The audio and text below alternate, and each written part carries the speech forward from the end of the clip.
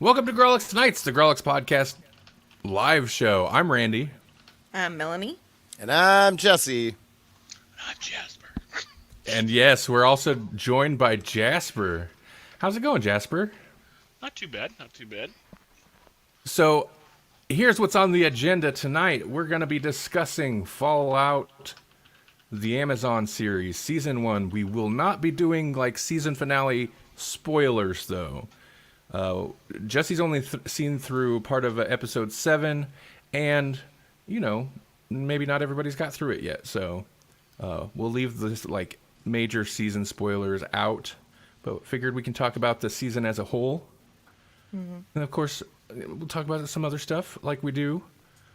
But first, I already asked Jasper, but what about you two? How you two doing? I'm fine. We're doing good. We're doing good. My favorite. All right. I was gonna say this is what you said you were gonna nix this. You were like, I'm not doing it anymore. I know, but I'm a slave to habit. Yeah. It's so hard to break the habit.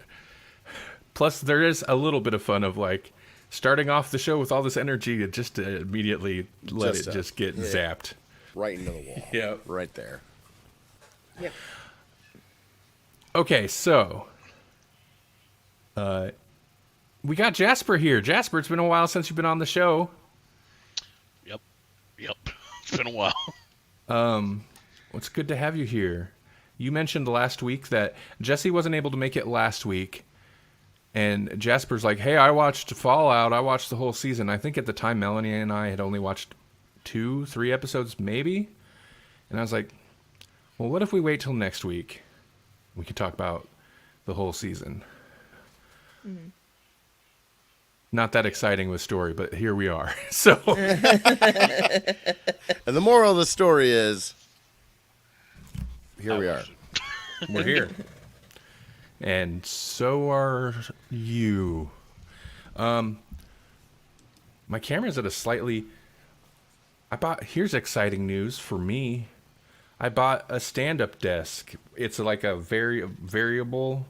I'm in the sit-down position right now. But I finally bought a stand-up gent. Oh, thank you. I should have done it a long time ago, given how much time I spend at the desk. But kind of funny if you just started raising as you're talking. I thought about it, but there's no point to that. I don't want to do that. It's too loud. You'll hear it. You'll be like, and I'll just start sinking down to the bottom of the frame. Okay, well, first, you guys been watching, reading, consuming anything interesting lately? Oh, wow. Crickets. We watched the last episode, or the most current episode of the X-Men. Oh. Yes, we are up to date on X-Men 97. Okay. How about you, Jesse? Did we ever talk about, since I caught up on... We talked about 5, which is whoa. It's so good. And I heard this one goes hard, too. Probably not as hard as that. It's pretty hard to top episode 5. But Do you watch the X-Men TV series, Jasper? Not that one right now. The one that's not the current one. I watched all the old ones. Dude, you're gonna love. If you watched all the old ones, you're gonna love X-Men 97. It's so good. Yeah, I've been wanting to start that. I saw you guys talking about it. I'm like, I want to watch that. It's better than it should be. It's one of those things, in my opinion. But I was also grew up on the original animated series, but even the dumb Jubilee episode that everybody was hating on is pretty good. liked it. I liked that one a lot. Because that one really leaned into, man, it's so 90s. But it's kind of, in my mind, I likened it to synthwave, where it's let's take these 80s elements, the things people enjoyed from the 80s, and let's just really hammer those. And maybe we can drop some of the 80s stuff that wasn't really that good. It's just kind of distilled 80s. And X-Men 97, although they don't drop all the super cheesy 90s things, feels like distilled 90s a lot of times, and most so in that Jubilee episode. My favorite thing about that is Magneto is the most okay boomer of all. He's like, nobody likes video game arcades. Right. I mean, story-wise, I don't think that little Jubilee segment was great, but it was fun. It was just pure fun. Like, they literally just... I mean, they tie in video game nostalgia into it as well. Anytime that Mojo shows up, you're just like, how seriously do I take this? Oh, yeah. It's Mojo. They're doing it for fun. It's super meta. I'd seen one review or brief discussion of it till I was like, yeah, I'm done watching this. I don't identify with this viewpoint, because they were upset that the point of that was like, you can't just stay in the 90s forever. You got to eventually move on. You got to grow up. And they took it as like the show be like lecturing them, and it's like, in retrospect, I don't think the show was lecturing the audience about like not growing up. I think the show was warning the audience. They're like, we're going to change. The show is not going to be the children's show you remember. Next episode, it's time for a genocide. Like, in retrospect, I think it was a warning about what was to come. It might have been. Yeah. And then you're gonna see Forge get poisoned by an owl bear. Yeah, Life Death was very weird. Yeah. Anyway, we also watched today. We don't have a lot to say about it because we only watched one episode, but we watched, by the way, maybe when the X-Men season wraps up, we can do a bigger X-Men discussion. I think it deserves it. And I've actually gotten Melanie to watch all the episodes so far, so that's kind of a victory for the show. Okay. I mean, sure. I was Wait waiting for for response. Melanie to be like, Keep going. victory for the show. I mean, if everybody's rooting for it, then yeah, okay, good job, you guys. I watched it. But we watched the first episode of Dead Boy Detectives today. Oh, It I just just saw dropped- a thing about that. Yeah, it just dropped on Netflix, which is, I mean, it's kind of its own thing, but Netflix is definitely playing it as a Sandman spinoff. But it's that whole spooky supernatural DC. It's that whole side of the thing. So it's pretty. We watched the first episode and I enjoyed it quite a bit. Mm-hmm. It's a bit of a dark, spooky whimsy. The one crossover actor, was that the same? Was it the character? I should say the same crossover character. Was that the same actor that played that character? As in Sandman? Yeah. Yeah, I believe so. Okay, I wasn't sure. Yeah, I'm pretty sure. Okay. Yeah, there's one crossover character that pops up in the first episode. And it's interesting because Doom Patrol had also used those characters, but I mean, that's not necessarily in the same television universe, but anyway, that's a comic book related thing. Hey. Oh, All right, well, nobody has a whole lot to say about other stuff, so I suppose, oh my god, Rebel Moon Part 2 Scargiver? I assume Jesse. nobody's opened that door yet. No, we haven't opened that All right. lament configuration just yet. All I've seen, I just did like a search because it's like, is it actually out? Because I know you had like sent a thing that's like, oh boy, it's out. Yeah. Oh yeah, a very tasteless meme, I might add, just so you know. Yeah, I know. That was kind of but I seen it on social media and I had to share it. I'm not going to tell you guys what it is, listeners and viewers. But I just did like a quick Google search on is it out? And I got a couple of videos that were just like, the thumbnail is even worse than the first. Oh, really? So I can't wait to dig into this. Oh, we Man, also have Snyder to do Watch it. is back. We have to. Yeah, you're right. You're right. I need to update that graphic somehow. But Watch. Just everything is Anthony Hopkins robot. Everything. Oh yeah, that's good.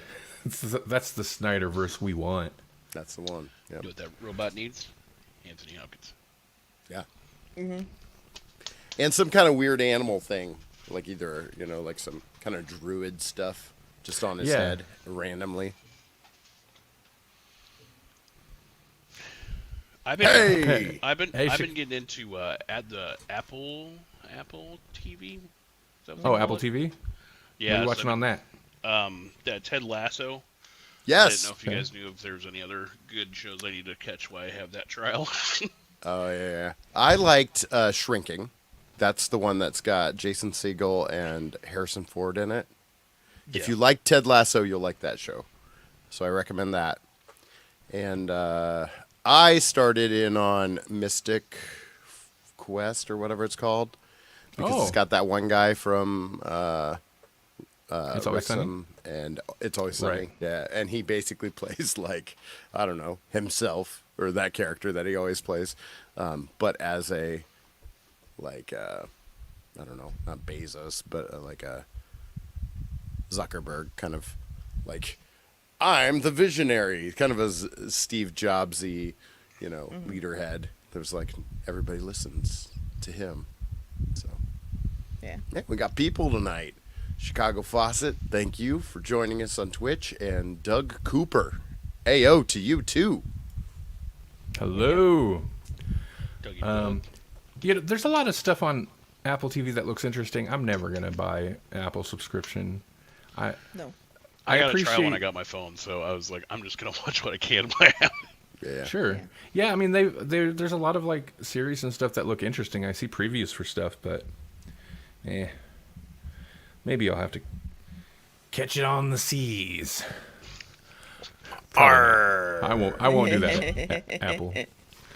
He won't do that at all at They're any listening. time. He would do Legal anything reasons. for love, but he won't do that. That right there. Well, okay, let's segue then into what we're actually talking about this episode, since we actually have a few people here. Hello, everybody. Fallout on The Fallout Boy. Yes, Fallout Boy. Let's talk about Fallout Boy. No, not Fallout Boy. I have nothing to is say it? about Fallout Boy. I Oh, don't that's know. what we were. Oh, that's Oh, that's what I you did. listened. You're like, I oh, listened. Oh, I like, listened oh, to their we're talking complete to Fallout discography. Boy. Oh man, not again. That's a Jasper. That's right. It is me. It is me. Middle-aged movie reviews. That's a show you guys should go check out on electronicmediacollective.com. Yeah, it's a mouthful. I love their abbreviation, MAM Reviews. It makes it seem like just a different podcast. It really does. It really does. MAM Reviews. Is that just like reviewing cougars? It's like, Or mammograms. That's what I was saying. Is it reviewing mammograms? Like, huh? That is pull it a up on different screen. show than So- what But you're it's- gonna get. but it's still Middle-aged men movie Yes. reviews. Yeah. I was gonna say, but they review mammograms, but it's still hosted by middle-aged men. Cool. That will go over Yeah. That's very well. yeah. Yep. Anyway, no, Fallout, the Amazon series. As I mentioned at the top of the show, we won't do like season finale spoilers, but we'll probably get into spoilers for, I don't know, halfway through the season or more.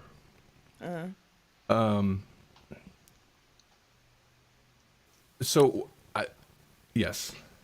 Oh no. Okay. gonna That's me say- I like was- I was somebody gonna made a say- mouth noise. Are you gonna take over, please? Well, I don't know how to segue into this. We'll get into what actiony bits without lots of lore, I guess. Sort Right. of. Real quick, who all played the games? Did Yeah, you? good. You didn't never played them? Okay. Nope. I I know mostly nothing. played 3, but Yeah, Melanie mostly played Fallout 3. I played Fallout 3, not as much as Melanie, and Fallout 4 a ton. And that's it. I didn't play New Vegas, and I didn't play 76.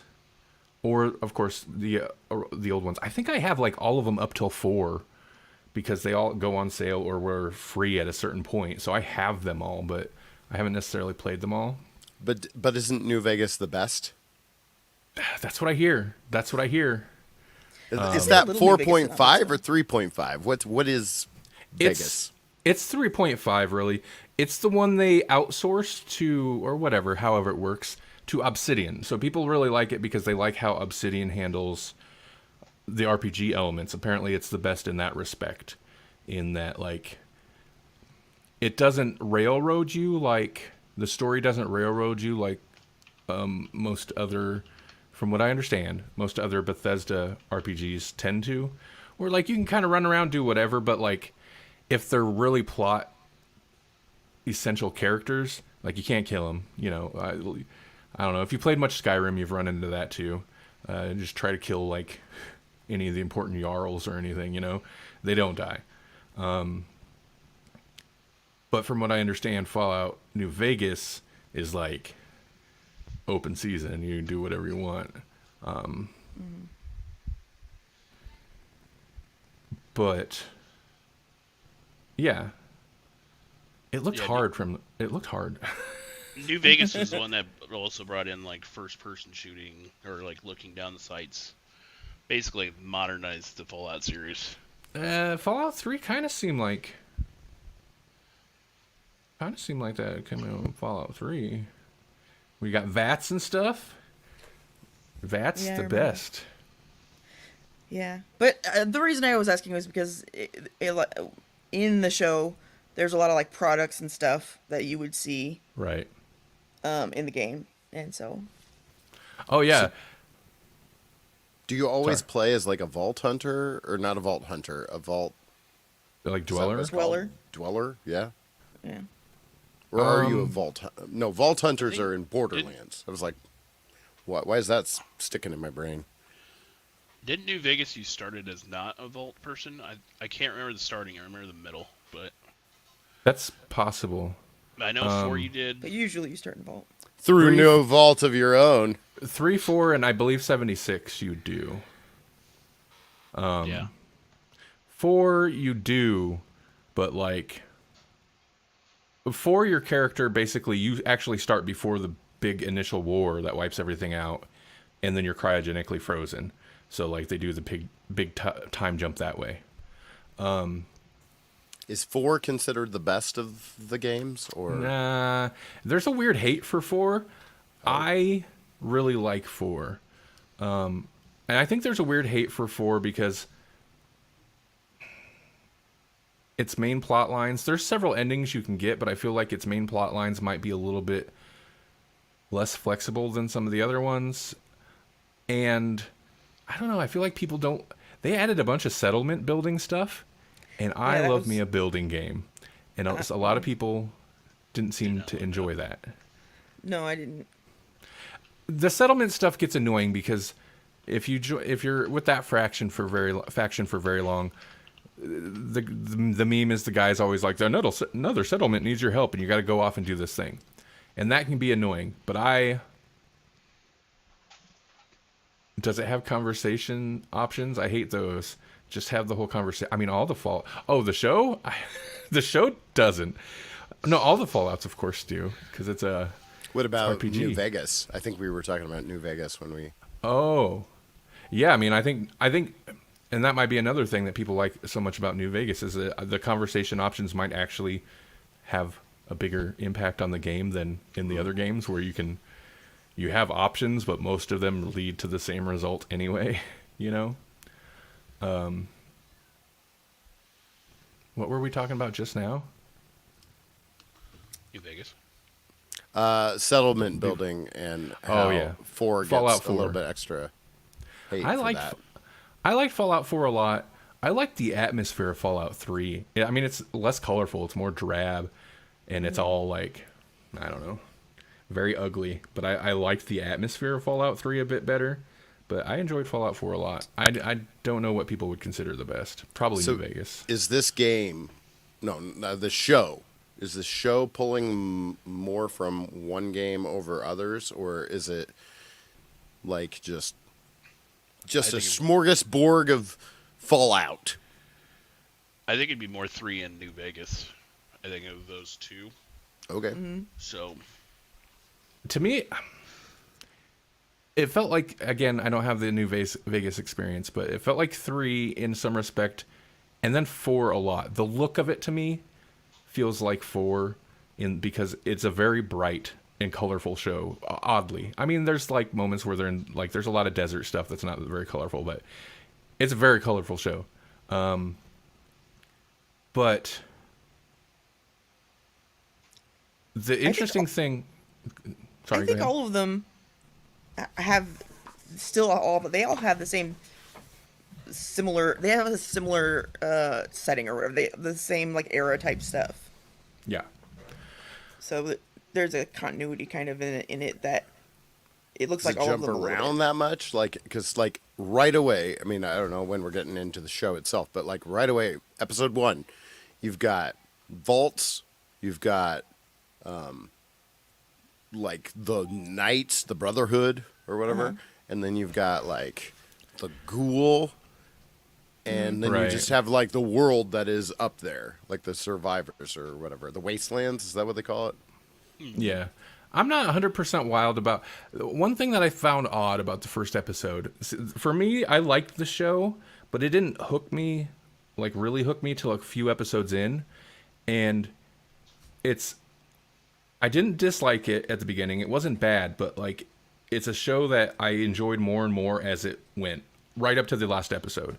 Like I liked it quite a bit by the end of the season. The first episode, I found it odd that they do jump, like they want to do the like pre-war little like opening. That's fine with the guy that would become the ghoul, but I found it weird that they're doing a bunch of vault stuff and then they jump out to like the Brotherhood and then back to the vault, and I'm like, that's a real weird way to introduce the viewer to this world. I would assume you do like the games, or what I know of the games is you introduce the viewer to the world from the vault. Like you do the vault stuff, and then your main character leaves, and that's when you get introduced to the world. It feels much more like it just seemed like a weird choice to cut that up a little bit and go to the Brotherhood. Kind of feels like it deflates for somebody who is not familiar with Fallout. I feel like it would deflate the like impact of like, well, what's the world like out there? Well, Right. you had finally just kind of bought in on this section, and then it's like, I guess you're building faith with the audience. You're like, if you like this, keep with us because it's a whole world, and now we're in this part. And a cynical part of me is also like, maybe they were worried about losing some viewers who are like, I'm tired of the vault. I don't want to be in this. This show is boring. Like I didn't find the Brotherhood stuff particularly compelling, but I didn't in the games either. So I don't know why I don't like the Brotherhood. Yeah. Brotherhood of Steel.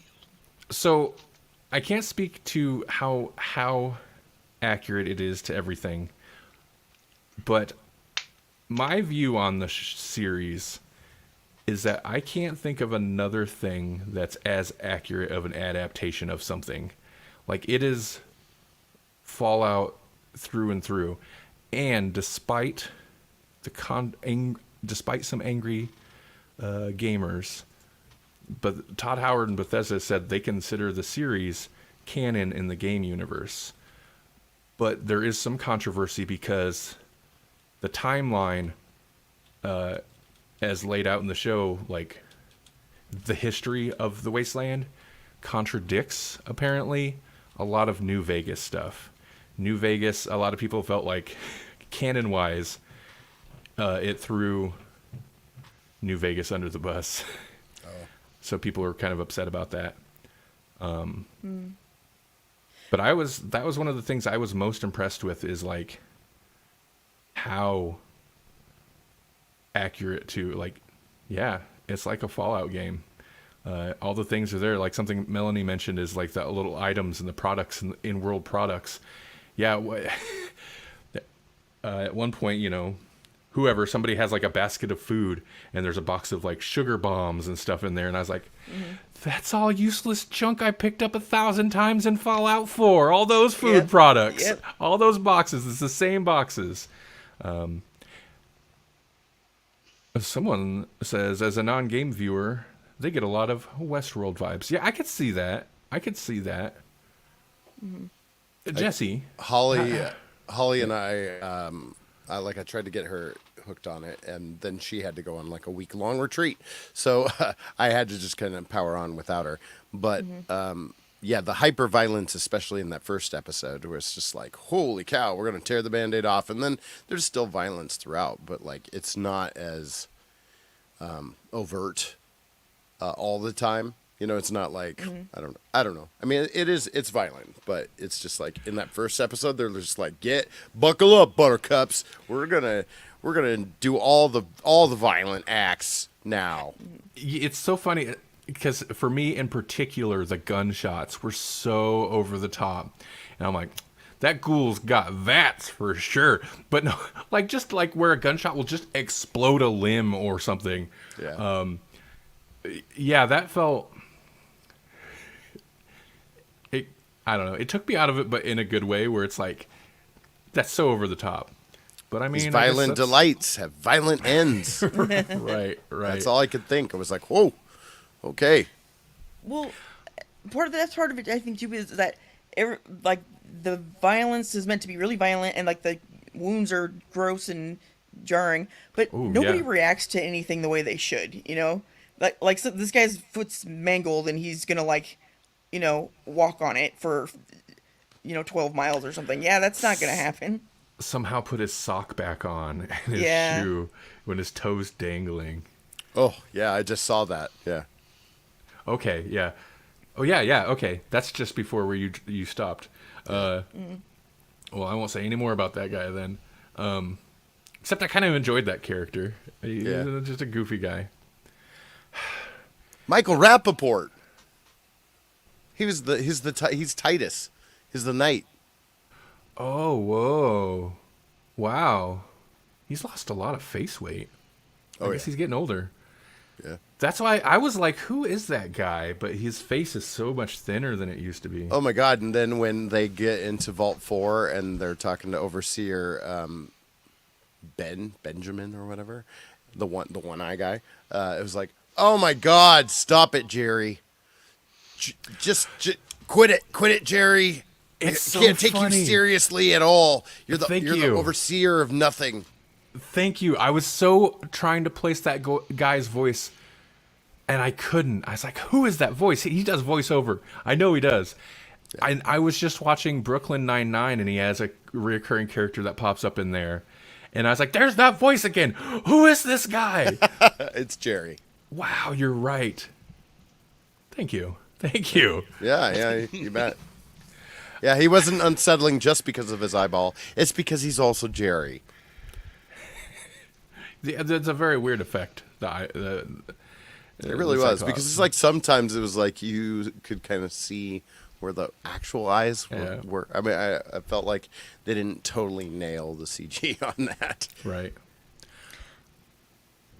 One of the things that I like, that I always liked about Fallout, and they're doing a great job with, is how sinister the vaults really are. Like the setup of them, the idea of it all. You know. Yeah. Yeah, it's never good. It's No. never. I'm Well, that's- very but that's- curious about 31 now, because I'm just like, what is going on with 31? And And that's my favorite. You of haven't all of you it. haven't got to the 31 reveal yet, huh? not the total reveal, just like Ooh, he goes okay. into 32 and he's like, all of our overseers are from 31. Okay. What does that mean? And also, don't talk about that around what's her face with the eye patch, because she's from 31, and all she'll say is that, well, I suppose the potatoes are a little better.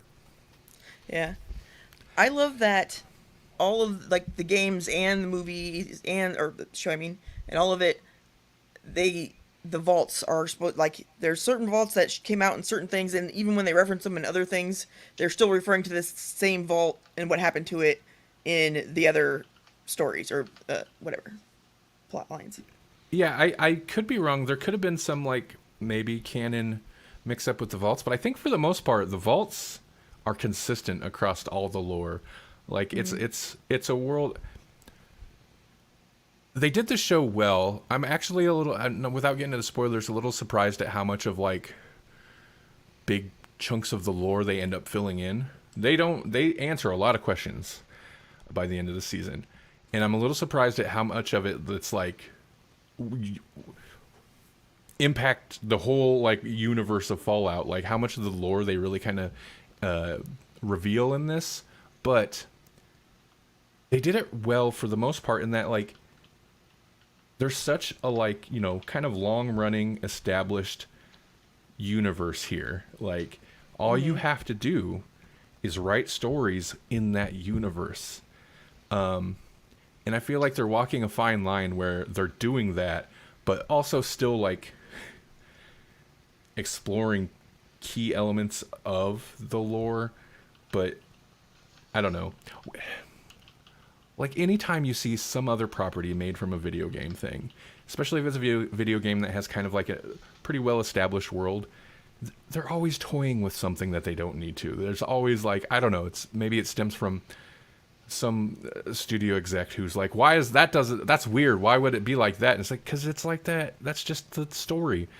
And they're always toying with something, and I feel like this really succeeded for me because it doesn't do that at all. It's just like, yeah, no, this is the Fallout world, universe, whatever. Yeah. I like the main vault. What's her name? The main vault girl. Lucy or Goosey, depending on which vault you're in. Just Right. get out of here, Goosey. Right. Speaking of Jerry. Jerry. Yeah, I like her. And her kind of off course journey, like, you know, just with how sweet she is at the beginning, the fact that she goes out into the wasteland, you're like, she's gonna get real hardened. Okie dokie. And the character that I still Maximus, is that his name? He's a weird character, and I feel like the way he's set up, I still can't help but feel like he's more sinister than he's supposed to be.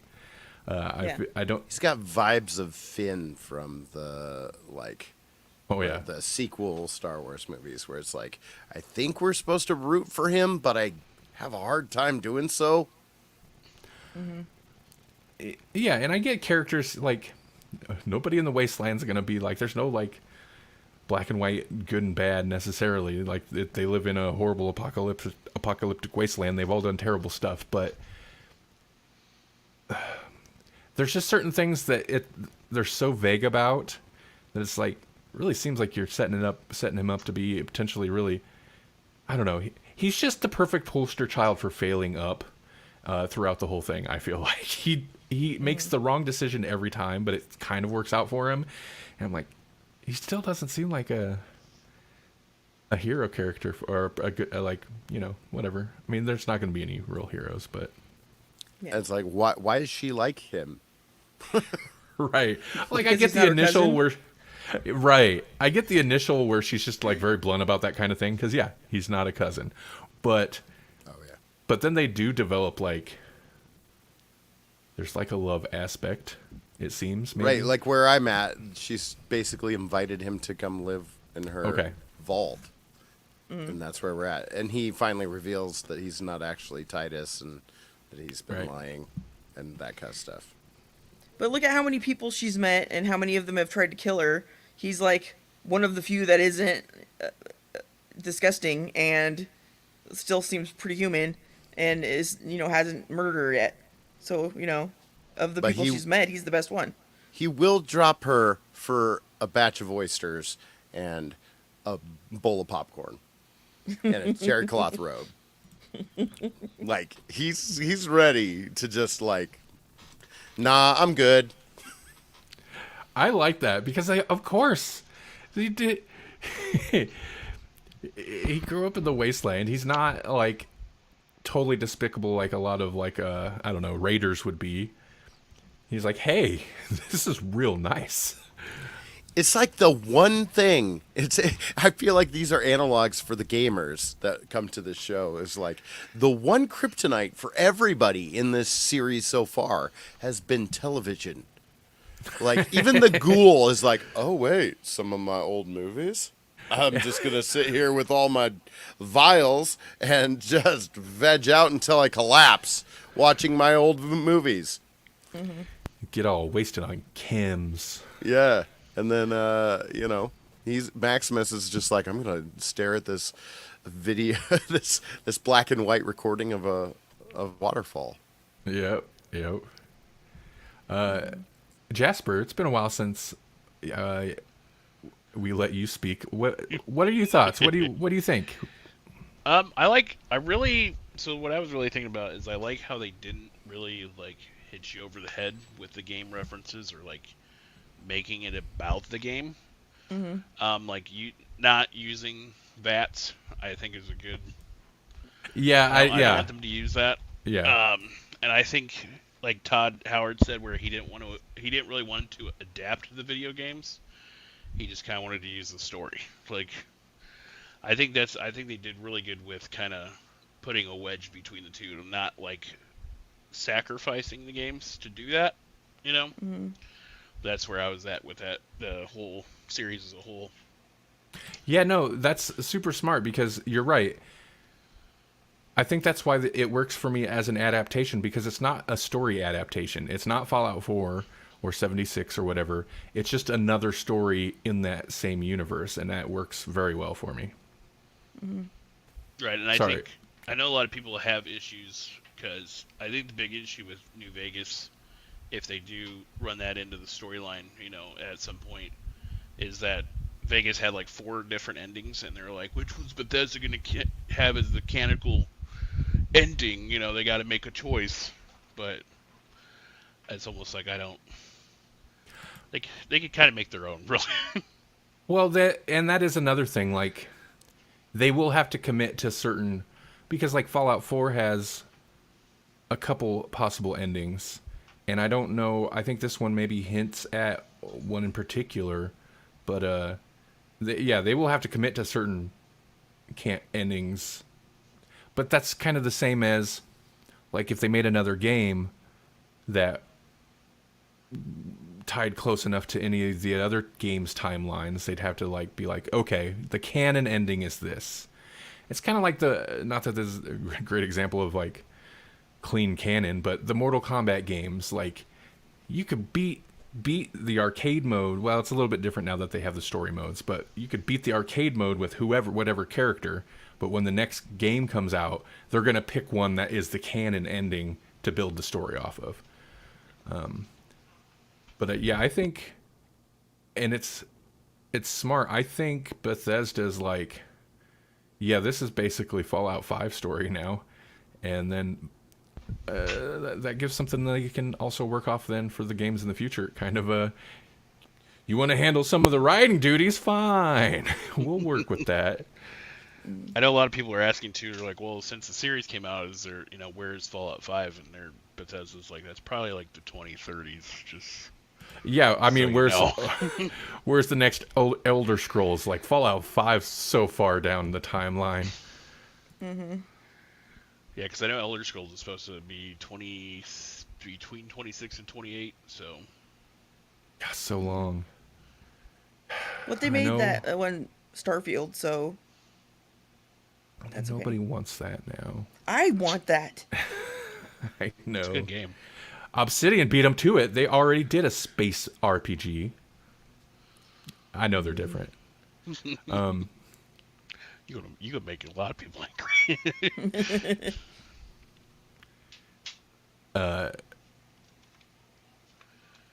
Yeah. What else, guys? Anything else about this? I think too. I really like how they did the Pit Boy, which I found out is they just did kind of like the Fallout. I think it was Fallout 4 that had that with it in the game. And they just put a phone in it, and then did all the stuff on the Pit Boy with a phone. Mm-hmm. I think they said it was okay. For the actual like device? Yeah, on the show. I love that the graphics of the Pit. Okay, there were some very nerdy straight up game references that were unnecessary that I appreciated. The Pit Boy graphics, everything that whenever they look at a Pit Boy, that could easily be a screen from the game in your Pit Boy. It's so perfect. The other thing is hacking terminals. I don't know if you've even that. You may or may not have gotten to that yet, Jesse. But a character hacks a terminal in a vault, and the screen that because he said he went to the one He went to Vault, didn't he? 32, but I don't know if that pops up till the other vault. Oh, sorry. I could be wrong. But, or 33, whichever. The screen that pops up on the computer when he's hacking the computer terminal is straight up the mini game, the Fallout hacking mini game that you got to do, and I enjoyed that quite a bit. Yeah, I know that, and when in the early episode when he's playing the game on the Pip-Boy, that was another game on there. I think it was like Atomic something. Okay. The missiles are like coming down and he's shooting a missile back. That's from Pip-Boy. I like that they addressed, like I said something earlier where she was talking about the cousin thing, but yeah, that they addressed that because that was always something that I was like, but there's not enough people there to like go for generations and be a healthy population really. But yeah, if they can swap back and forth with other vaults, like they supposedly did when she was getting her husband or whatever, if that was a system they had set up, then that would maybe be okay. That was, though, like a unique case to that set of vaults because most vaults are not set up in like some three-way thing where they can. Most are just off on their own and they're totally like separate from any other vaults. Well, Most maybe of the time. that's the problem. Oh, I'm sure it is that, and like the weird experiments they'd run, like Yeah, yeah. Maybe that was the problem. Intentionally radiating people in the vault to make super mutants, or that one vault where it's like one woman and 999 men, or that one vault where it's Vault 11. which one's vault? That's one where they sacrifice somebody, and they found out later if you didn't sacrifice, it'd be like, oh, you passed the test. You know? Yeah, they're set where they have to sacrifice someone every year. Yeah. So that brings me to my question. If you had a vault, what would be your experiment? Oh boy. I don't know, man. So the 3 vaults, that's clearly they have an experiment going, because that was like the big question. Well, what's your experiment? Is what Jerry asks. Right. Yeah. It's like we don't have one. I liked, and maybe the games addressed why, but I was always like, I like the stories of these vaults and that there's always something sinister, but I'm like, but to what end? Why? Like, that was so long ago. None of the people that set it up would know how it turned out. And most of these things like only continue on because there's like a computer orchestrating things in a vault or something, whatever, or it's passed through the people that get elected overseers or however it works. But I don't want to get into spoilers, but they will kind of address it in the show. And I was like, oh, cool, finally, all right. I mean, it's still kind of like, oh, whatever. It still doesn't make sense, but okay. They addressed it, and I am happy about that. I was a little surprised. We get out of the vault. We're doing like wasteland stuff. I was a little surprised when it then jumped back, and it's like, oh no, there's still more vault story. We're following her brother in the vault now, and I was a little surprised by that, and kind of like, ugh. But I found that was still pretty compelling. I think they handled that well, because it could easily be like, yeah, but life in the vault's boring. But no, they kept it interesting. I think if I had a vault, like the vault experiment I would want to see is like limited technology. Like, obviously the vault has a certain level of technology, but the technology that they can access, limited. Like Middle Ages. So like they're like putting leeches on themselves and stuff to keep from going crazy, because that's what you do, is you gotta cure the humors. Yeah, gotta have some bloodletting, that kind of thing. Yeah. I think I would do something different, but maybe kind of similar, but not really. I would just want people to have knowledge, at least, like science, like lots of science. But I would want them to have to try to like live in nature. Like, if they could just take a chunk outside and stick it in a vault, and then you have to like make all the animals live with, or you have to, but with science knowledge. I don't know. Learn more about biology and the ecosystem.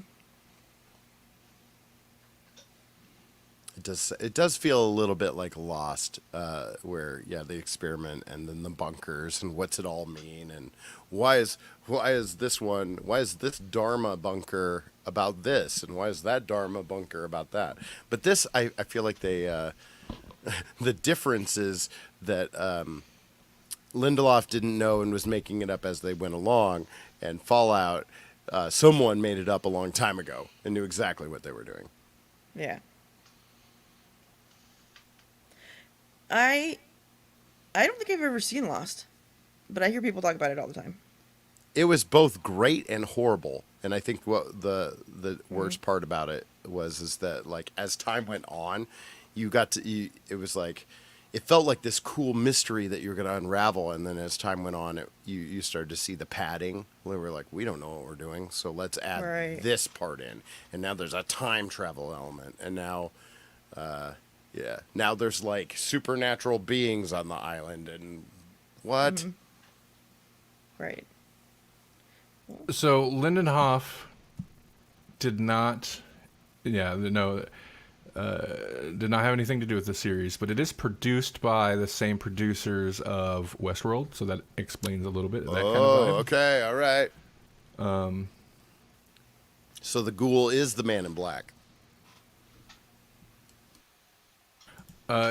Chicago Fawcett, slight segue, couldn't get past the first episode of Three Bodies. Oh, you guys are watching that, right? We haven't finished it, but we got Three Body Problem. I thought we did. No. Oh, okay. I'm pretty sure not. Give me 2 seconds. I can tell you where we left off. But we did get several episodes in. And, yeah, I mean, I don't have a hang up with Lost because I didn't really follow. Like, I don't have the residual Lost PTSD like Chicago Fawcett. But I don't know why the first episode didn't hook me right away. Maybe we did finish it. Pretty sure we finished the first season. No, I don't think we did. No. Oh. We have... Well, Netflix is not always great about retaining where you actually left off, but we got 4 to 5 episodes in. So we still have like at least three episodes, maybe 4. We might have only got halfway through. Okay. Seems like a lot happened. It feels like they set up a mystery, but they actually start revealing the stuff real fast. Yeah, they do. I remember, Melanie, us discussing specifically that we were surprised they didn't linger on the mystery of like, well, what is this? What's happening? Longer than they actually did. 3 episodes in, and you're like, okay, I know what's happening then. Yeah. It's still interesting, though. Yeah. Do we want to do any final words on Fallout series while we're here? Any last thoughts on that? What did you think of the main lady? Apparently she's getting a lot of flack for being like a woman. No, that and like non-energy and what? Yeah, I thought she did pretty good. Yeah, she's got lots of energy, and she looks like a cartoon character. She's perfect for it. Yes, she does. Yeah, if anything, she had too much energy. I mean, but that was what they were going for. Was like all this, go get him, spunk, okie dokie. Yeah, I thought she was great. Yeah. Yeah, I thought she was fine. Yeah, she's good. I think Goggins, he stole the old series. Yeah, the ghoul. Oh, okay, yeah. Yeah, he's great. And talking about like, I know it's like a thing they've been able to do for a long time, but like the nose, the visual effects of getting rid of the nose, because anytime he's a ghoul, they've got to erase his nose. And I've seen the makeup, like the ghoul makeup is pretty much all like, makeup and prosthetic, and it's exactly as it looks for the most part in the show. But his nose sticks out, like there's a hole where the nose is, and I think they might have some tracking markers around it or something. And then they, digitally remove that, of course. But it was pretty good. That's what I was trying to think of. Like, I was like, did they push his nose back? And I was like, they did just they put a chroma key nose cap on it, like a. Surprisingly, they didn't do that. That's what everybody assumed. Yeah, I had read something about it, and people were like, asked him about it or something, or asked whoever about it. And yeah, everybody assumed like if anything, it just Everybody like was very nosy. paint his nose green, right? Like and just key it out, and then you'd have to do some replacement. But they didn't even do that. They just like makeup and then did tracking and I got rid also of it that heard way. they filmed it with the Kodak Vision, so it gave it that kind of like older look. Is what they Interesting. were saying. Oh, It's visually it's pretty good. Like it's so saturated. The color's so intense. And that's why I say it feels very Fallout 4 to me, because Fallout 4, I feel like they intentionally leaned away from like the drab gray desert stuff. But like the suits, the blues, whew. in the vault, everything's very claustrophobic. Like it's obviously shot so different.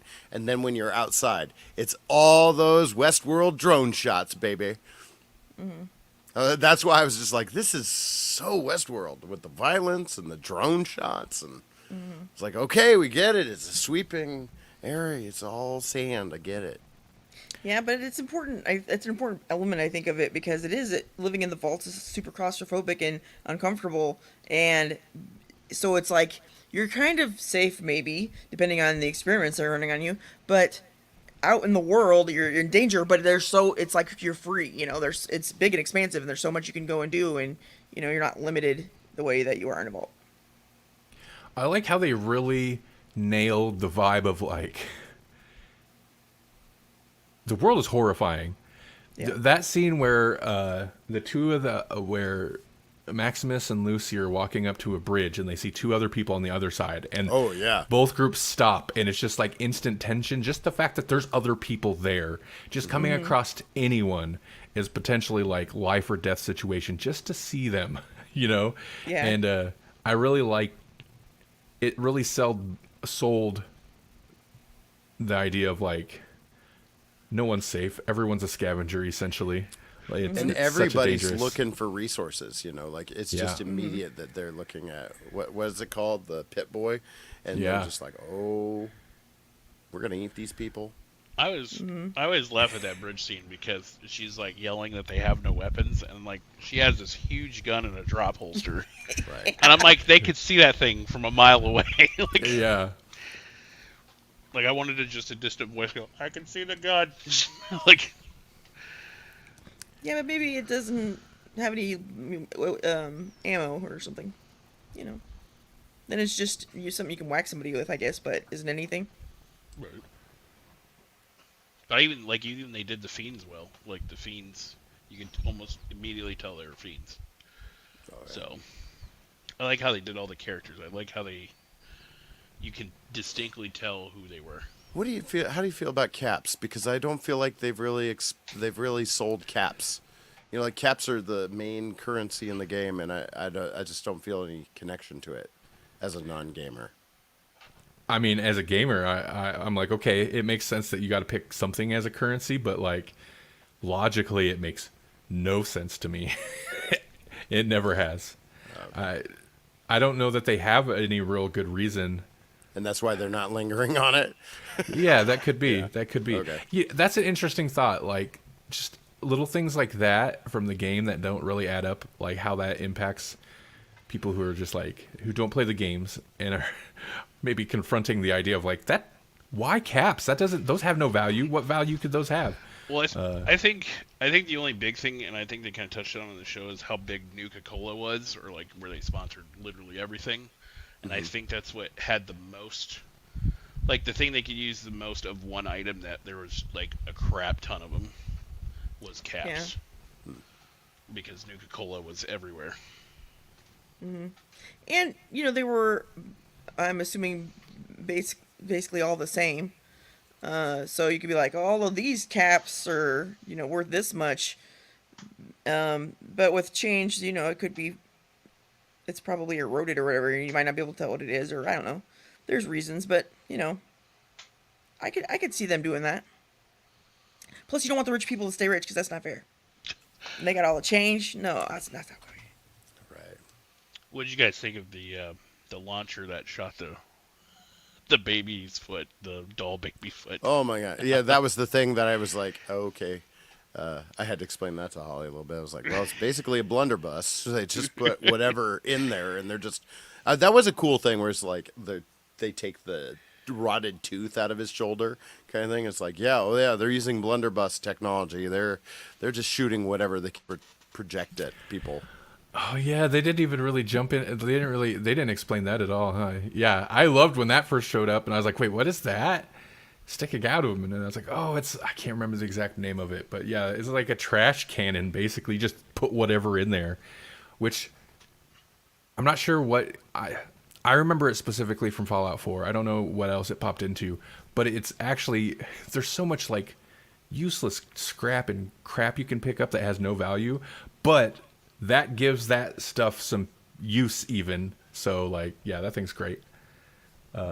Apparently there was an in-game reason for caps to become the currency, and it had to do with traders and traders, and the value of a certain like dollars that had become unstable and devalued, blah blah blah. There's some in-world explanation for how caps came to be the currency, so it's still a little weird. But then again, our money is paper, so like when you actually look at it, like yeah. But is there a treasury somewhere who will exchange something of value for caps? That's the question. That's the thing that doesn't make sense. If there's somebody who's like, yeah, we'll exchange caps for, I don't know, gold or something. It was probably like all of the settlements or whatever got together and were like, okay, caps are worth some item, and that's going to be the standard, It's got to be something like that. I think the best highlight of how ridiculous the system is where he doesn't have enough caps, so he goes and has his teeth removed. Mm-hmm. So he could get more caps, so they could go, psh, done. That reminds me, this is a real life story, so it's not whatever, but I worked with somebody, and her kid found out that you could get money from the Tooth Fairy for teeth, and he ran to his brother with a hammer and was like, let's get some money. And yeah, his brother knocked his teeth out, and then he tried to get money from it, and his mom was like, yeah, so distraught about it. I mean, not all of them, but enough. So don't tell your kids that, at least if you're poor, don't tell your kids that you get money from your teeth, because they'll do some crazy stuff. It's pretty extreme. Yeah. Okay. Well, hey. Yeah, I like it. I'm glad it's renewed for another season, of course. Yeah. I did hear some people complaining. Whatever. Not on the internet. Well, not the internet. There's just some weird takes about how they feel like Amazon made a weird decision to drop the whole season at once, as opposed to releasing it weekly, like something like Invincible, where people are still talking about that show as it comes out week by week, and Amazon just dropped the whole season, and then it's like nobody's talking about it. First off, people are still talking about it. But I see memes about it all over the place, man. That's such a weird, like, argument. That's such a weird stance to take. And I get it, but, like, I don't know. I think it helped to release it all at once, because I believe that if someone just watched that first episode and had to wait for the second, I think they would all have dropped off. I agree. Right. Yeah. But then they're like, well, this whole season's here, let me give it a chance. And then they were like, oh, okay. And then they hooked them. Mm-hmm. That's not a really only that, good but point. if you drop it all at once, and there's people who really like it, like Jasper, and then he can talk about how great it is, and it'll influence people who, maybe otherwise wouldn't have watched it, to keep going and try to watch it all, Also, they went with this Cobra Kai model of the episodes aren't a standard length. Like some are an hour, some are 45 minutes. Yeah, there's quite a... Yeah, in fact, they started... The first one was pretty long, like a little over an hour. And then it was like shorter until, I don't know, 7 or maybe 6. And then it jumped back up to about an hour or so. But yeah. No, I think that's actually... You're probably right. They probably watched it and was like, this is good. But it's not necessarily like a hook 'em every episode and keep them coming back. Because I even, For example, I even said like I didn't dislike it at the beginning, but I didn't get hooked right away, and it's a show where I liked it more and more every episode, so it kind of grew on me. Yeah, 'cause especially like we were saying too, especially with the cutaways to other stories. I don't think if you would have let that just one episode ride for a week, they'd have been like, "There's too many cutaways, we're done," and then just dropped it. Like too many stories at once is what I think I'm trying to say. Mm-hmm. I enjoyed that it didn't take itself too seriously either. The tone was right. It's a little goofy, kind of funny. There's some stuff played for laughs. Mm-hmm. Not that it's not sometimes heavy, but Yeah. Yeah. Okay. I thought it was amazing. Did you? I think it is. I did. Oh man, I wish there's some other cool, amazing things. Is there we could anything hear else about. that's amazing? Yeah, you know what else is amazing? Huh. Lubricant. But more specifically, a new lubricant made by Tribotex that uses nanotechnology to repair wear and tear inside engines. So friction occurs in all moving machinery, machinery with moving parts, and traditional lubricants reduce the friction, but obviously they can't prevent it entirely. So the material slowly erodes away. But Pavlo Rudenko, who is a PhD from Washington State University, had an idea of how to reverse that damage and was awarded funding by NASA. And that's how he started this company. But he proposed a nanoparticle lubricant that works at any temperature. And the goal is to carry these ceramic nanoflakes that are they're durable and non-toxic and all that jazz. And they're sticky on one side and then smooth on the other side. And the sticky side is drawn to areas of friction because of the like the heat and there's another word, but I can't think of it.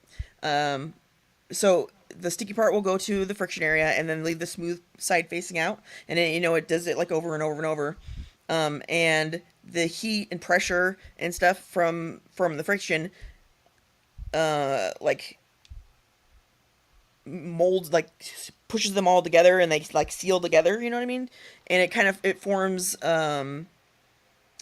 just like a shield that's supposed to be as hard as diamond, over the damage or whatever. And let's see. So then, it fills them in, kind of like you do a pothole, Okay, there are currently around 30,000 cars and trucks that are testing it. And so far, the most common benefits drivers have reported are improved gas mileage, torque, and oil pressure. Also reduced engine noise and up to 3% increased engine power. And the company is offering products for cars, motorcycles, lawnmowers, generators, and it's currently right now working on formulas for diesel and sports cars. And then after that, it's going to start on aviation, and specifically for space travel, which is, NASA funded them, so that was the end goal. But yeah, so this stuff's basically out. It's just got to prove itself, and then it's going to be out in the market. That's amazing to me. So if your power armor's running rough, dump some nanobites in, or nanobots. Nanoflakes. Yeah. Mm-hmm. But It sounds just like a Fallout thing right there. It's just like, I'm running out of nano flakes. Just get some of those. Jerry, I need nano flakes. Well, I'm kind of amazed that it's happening, because you'd think so many people would be trying to block it, because it's going to basically prevent you're never going to have to replace your engine or your like any of your stuff. You're never going to have to replace it if this actually works the way that it says it works. Then, that tells me it doesn't. Not forever, anyway. Right. Yeah, well. They gotta make it won't make it break be down. available. Yeah, they won't be able to put it on the market until there's a planned obsolescence. Yeah. Yep. Oh, it just That sucks stinks. about the Earth, but Well, I don't know. Let's try not to be too pessimistic, maybe, because that sucks. So stop it. I do have to Isn't say it? though about the power armor is there were so many times I was watching it when they had that, like, they have a core in there. I'm like, when is his power armor gonna die? Dude, the When's it whole gonna die? time. The whole time. Okay, so here's the thing. As a gamer watching it, it is very nerve-wracking because before they even leave the Brotherhood, like, they've got the knights, like, just always in their armor. I'm like, what are you doing? Your power core, they always call it fusion core in the show, but your power core is going to run out before you even get in that airplane. What are you doing just walking around in it? Get out of it. Leave it be for a while. And then, yeah, he's just walking through the desert, and I'm like, dude, That what are you should've doing? died a long time ago. It's gonna. In the game, they run out so fast, and okay, so in the show, I guess it makes sense that it's not really a concern. I mean, like, these things, the fusion cores are so powerful. Like, it was powering that one vault Right. just to power one suit. But yeah, in the game, man, you actually don't. At least I didn't use power armor that much because it is rare to come across those, and they drain those power cores so fast. So what you do is you have, especially Fallout 4, I like that you can set up settlements because you have power armor at your base. You leave it there until you come up across a situation where you're like, oh, I need power armor for this, and then you go get it. So that's how I would do it. You don't roll around in that And just it dies willy halfway nilly. on your way there. Yeah. And so that They was should sorry. They should have like wheels on part of it then, and like a like handle that pops out so you can like You got a wheel it dolly. wherever You're just where like you're going. carting it around, set him Yeah. down. Yeah, because the whole time I was watching, I'm like, when is it? Are they gonna show that it dies, or like, are they just gonna go, well? And then like when they show it's powering that vault, I'm like, well, That's the that's Iron not Man canon. movie I need. I need that Iron Man movie where Tony Where- Stark's just like, hang on. It works for like 5 minutes, and then it's Yeah. just yeah. That He's was got a his major suits source. in a wagon. He's I just like thought- carting them around. I thought at one point they were gonna do like the joke where like the power armor would walk in and they would just stop and be like, oh, I'm out of power, or something. But I will say though, in the game, if your power armor ran down and then you were just stuck in the power armor forever, that would suck. You know, of course, in the game you can always get out of it. So